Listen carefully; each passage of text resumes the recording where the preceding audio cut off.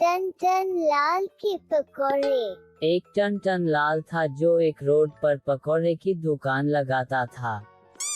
उसके पकौड़े बहुत अच्छे होते थे, जिस कारण उसके यहाँ बहुत लोग उसके पकौड़े खाने आते थे। वह अपने पत्नी और बेटे के साथ रहता था। उसकी पत्नी का नाम श्यामा था और उसके बेटे का नाम राजेश था। उसकी पत्नी तो स्वभाव से बहुत अच्छी थी, लेकिन उसका बेटा हमेशा घूमता रहता था।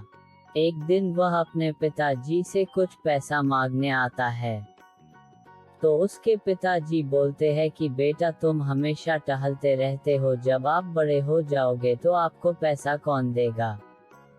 फिर वह कुछ नहीं बोलता और पैसे लेके चला जाता है।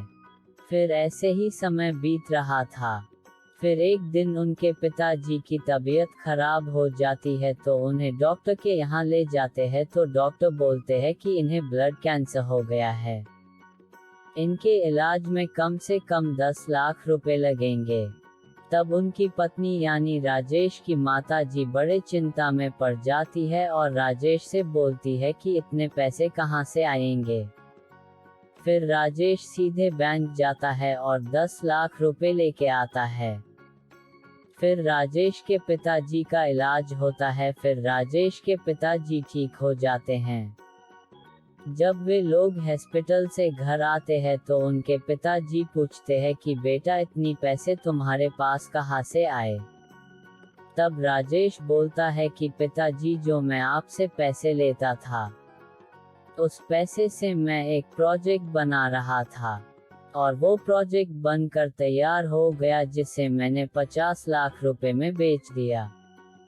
तब उसके पिताजी आश्चर्य में पड़ जाते हैं। फिर उनके पिताजी टीवी की न्यूज खोलते हैं तो न्यूज में राजेश प्रोजेक्ट के नाम से ही पूरे न्यूज पर तहलका मचा था। यह देखकर उनके माता पिताजी बहुत खुश होते हैं। तो बच्चों, हमें भी हमेशा अपनी मेहनत खामोशी से करनी चाहिए। बाय बाय दोस्तों, फिर मिलते हैं।